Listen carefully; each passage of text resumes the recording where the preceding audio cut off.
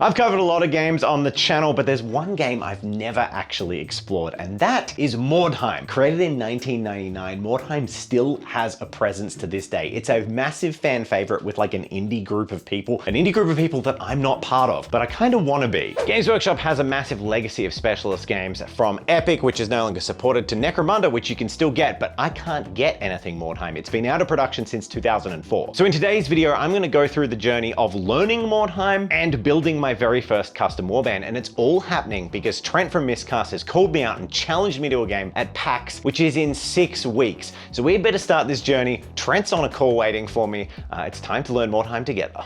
This video is sponsored by Hero Forge. Hello. Trent. Hello. Hello. Thank you for taking the time to talk to me. You've challenged me. It's not really a challenge. It's like, I want you to be a part of the coolest world on Earth. Why is Mordheim the best game that I should be playing? Okay. I think there's like a real magic to Mordheim. I love it because it's a community game. Like it's so well supported, even though it's been totally abandoned by, its company. Well, that makes it free. So that's yeah. I think it's quite an accessible game. Like you can start and build your warband as you go, one model at a time, or convert your current models like when they get mutations or a leg gets chopped off. It's like... That's fun. Yeah, so fun. I would imagine that's how we also have to play. So I want you to cut up your beautiful Forge World models if you start losing limbs. Okay, I'm gonna protect them. I'm gonna viciously protect them. It's like, there's just like this aura around it that's like, you'll get it. Once you're in, you'll get it. Well, I'd say thank you for starting to introduce me to this. I have been watching your videos, which are of course over on Miscast, where you're chronicling your journey of getting back into Mordheim. And it's making me really excited. I'm super pumped. I've got to get to building some stuff. Go for it. Do you want any sneak peeks, or are you just going to wait and see the video? No, I want to be surprised. Okay. Yeah, I'll be ready. Yeah. I have my notifications on. Thanks, Dave. That's my goodbye. So I've been thinking a lot about my warband, and Trent has made this really cool warband that like sings to all of the things we love about conversion and made Mordheim still exist to this day. But I want to do something that shows just as much love for a more like finicky part of the community, kind of my part of the community, which is those that just love the lore and the intricacies of the details. So I'm thinking I've got some really cool models that I've had for so long that I bought back when I wanted to get into Warhammer Fantasy but never did. And I think using them to make a warband that is just a love song, a call of everything I love about the old world, is just how I'm gonna do it. It's just gonna be a way to showcase some of the best models they ever made and make this cool little Empire warband where every little bit of it just oozes Empire. That's what I'm gonna do. So you build your warbands in Mordheim by selecting a group of heroes of different categories and then groups of henchmen, and the henchmen all need to be armed the same way. And I'm really excited to share these models with you because I've had them for so long and they have no purpose. They're never gonna get put in an Empire army because I'm not gonna do Old World, but they're so good. So I'm thinking Marienburg because money, but mostly because the core models for this are my Forge World models, Manan's Blades. These are everything I wanted the Empire to be in sculpt and design. They're just freaking awesome. The Empire State Troops models always just looked like men in pajamas. I never liked them, but these, so good. And another group of henchmen from the Nuln Gunnery School. I've got the Nuln Ironsides as well. So what I'm thinking is a mercenary group from Marienburg that's pulled together the best of the best, and they're kind of from all these different companies. I'm gonna put it all in one melting pot, and from there, I'll work out the heroes.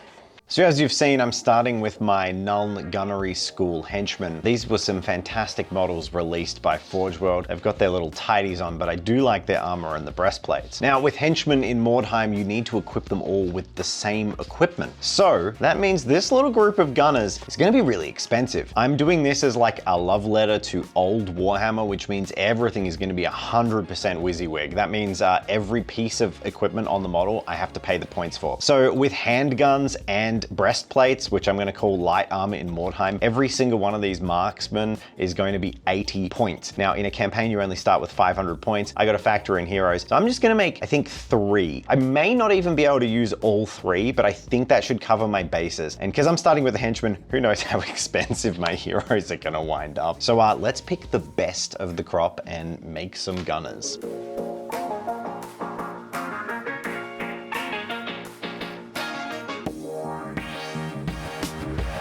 So something fun in Mordheim is that if you play campaigns, your characters can advance. And I'm slightly disappointed that I can't include this giant rifle. It's super cool. It comes with the command squad for the Null Gunners, but I'm still gonna glue it on. I'm gonna call it a handgun just because it has a scope. It's a fancy handgun. The only way to get one of these massive hunting rifles on a character is if I can eventually advance one of my models through the campaign. So I'm gonna put this in the henchman. He's gonna be one of the handgunners. I'm gonna use that awesome command squad figure, but that's gonna allow me to maybe one day in a campaign get a cool character with skills and a sniper rifle, which I think is super cool for the Null Gunnery School.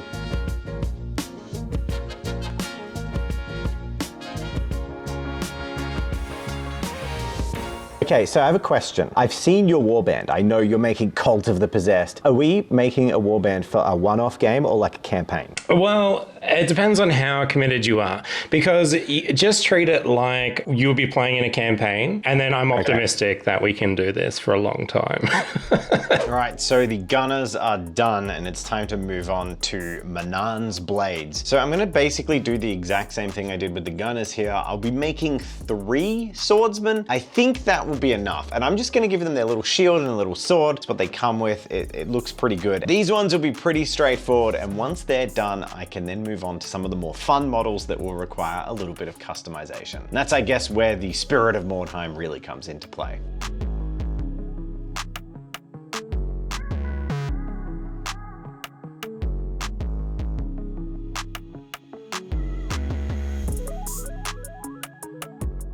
All right, so time to move on to my champions, and I see that young bloods are an option. These young fighters are inexperienced but eager to win their spurs in the savage fighting in and around the ruins of Mordheim. So young bloods are effectively young squires, and I imagine them being like 16, a bit inexperienced. I have some really good ideas, but sometimes kit bashing isn't the perfect solution with plastic bits, especially with something like teenage characters who most model companies don't really sculpt. So for young bloods, that's where our sponsor Hero Forge is going to come into play.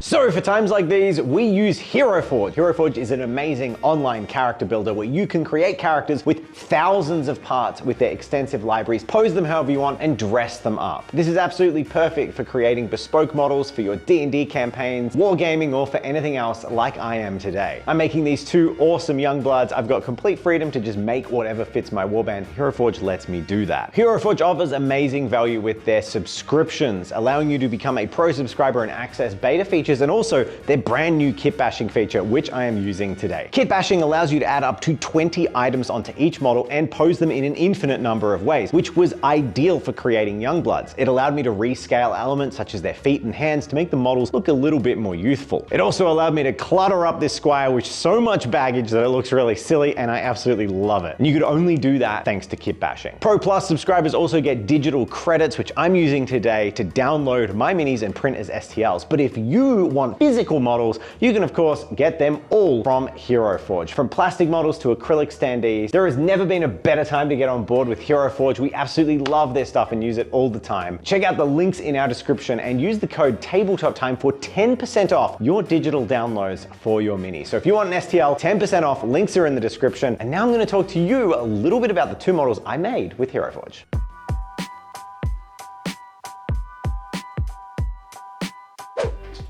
Okay, so I've got these off the printer. These are my Youngbloods, and they've turned out amazingly. They're super pristine. I had a thought, right? Youngbloods in a Mordheim warband coming from Marienburg. What does that mean? Well, it means a bit of wealth. So I had this idea for a sort of a kid, a teenager who is maybe from lesser nobility and is just like super naive and optimistic about combat and is about to run into Mordheim, which is like the most miserable hell on earth you could possibly go to. So I've tried to capture this like exuberant, youthful sprint into combat. And I imagine he's gonna learn the hard way that Mordheim is not a fun place for little lordlings. And then my second one, this one is themed after the Nuln Gunners. So he's kind of like a powder kegger squire, and I've made him overladen with goods. He's got a bunch of bottles and breadsticks, as well as he's carrying a big sack and bags over his shoulders, big gunpowder keg on his back, this sort of lanky, tall teenager. And his expression is miserable, and his haircut is the lamest bowl cut imaginable. So I think this is the perfect contrast. We have kind of a squire for my swordsman, a squire for my gunners, and one is this miserable poor peasant, and the other one is an exuberant and naive fool.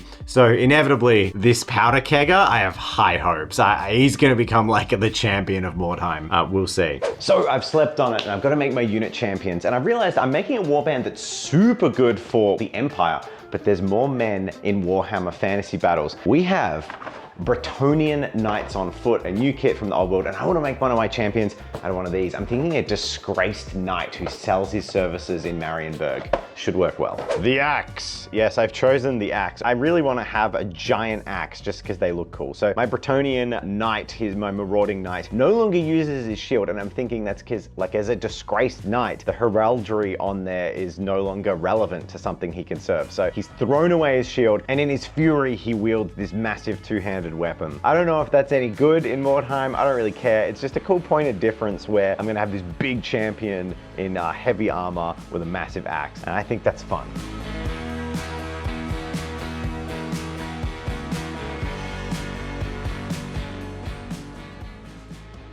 I've realized as I've been making my warband that I can't do this WYSIWYG. I really wanted to do a WYSIWYG. Things cost too many points. I have to pay points for helmets. I have to pay points for armor. So it's gonna have to be what it says on the roster. I'm not buying helmets. They cost points per model, and all my models are wearing helmets. So I'm going to have to minimize my equipment to fit these models in my warband, which kind of sucks, but it's got somewhere for me to upgrade if we play a campaign. So no more WYSIWYG. Equipment, WYSIWYG as much as possible, but armor, helmets, I think we're gonna have to give me a pass on, okay? Please, Mordheim community?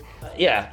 Do you know why armor is really expensive in Mordheim? No. It's all thematic. So it's like, it's not for balanced reasons. It's because they wanted to separate it from how fantasy felt, which is all like big armor. But this is like, we're in the dregs. So it's like, it's important for a narrative reason that like getting armor is a really big deal. So that's very funny. Okay. So my Bretonnian champion is done, and I have an idea. There's a model I've wanted to use for anything for a long time. It's one of my favorite models ever for Warhammer Fantasy Battles. It's a dog of war. It's my Birdman of Katraza.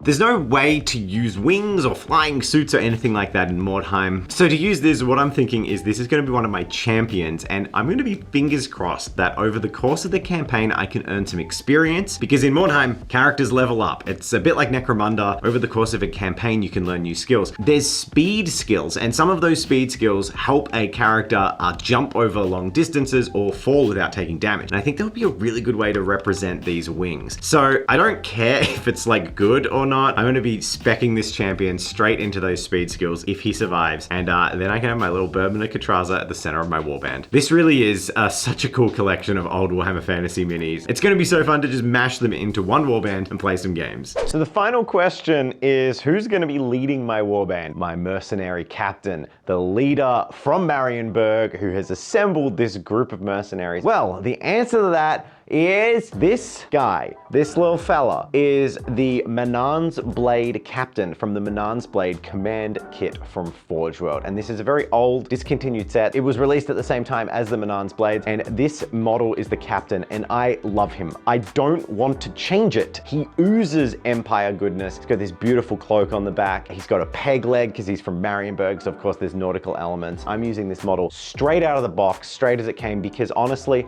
look at that feather. That feather is the entire height of half his torso, and that's perfect. So that's my warband. I'm so excited to kind of paint these up. I'm so excited to take these over to PAX and have a game with Trent. But you know what? I think it's time we show you all the models and you can get an idea of what my warband's gonna look like.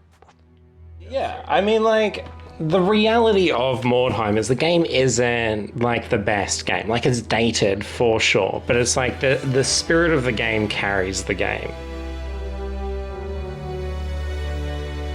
I think Mordheim is like a really special game because such a great way to get people playing, because you can learn sort of the lore and the feeling of it just by experiencing it and looking at the pictures of the rulebook. Like, it's a really accessible game for people to understand the tone of it.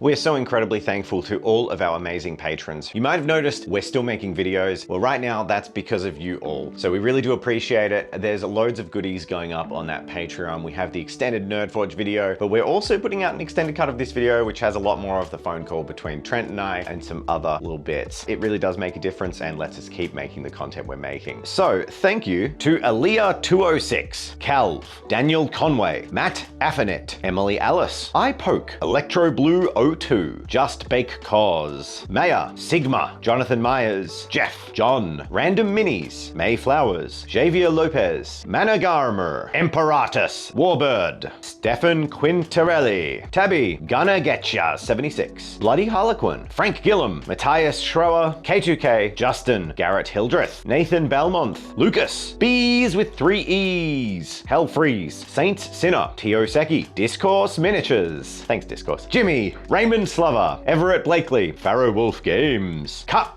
Oz, Arties, Rebecca M, Tom Watson, P.O. Trejan, Shido Thal, Ryan Guth, James Matthews, Anthony Rossi, Get the Mongoose, Keeping Up with the Devilment on Weekends, Benjamin Reed, Pamela Strucker, Tuban, Meg Sumner, Miss Am Lee, Hendrik Unger, Finchen, Alien Knitter, Spider-Math, Taylor, Daniel Leapley, Mr. B, Ryan Finesse, Hag Nook, Seth Betweiser, Corey, James, Jacob Gross, JMO Hunter, and Vix. That'll do it for this week. We'll have some more next.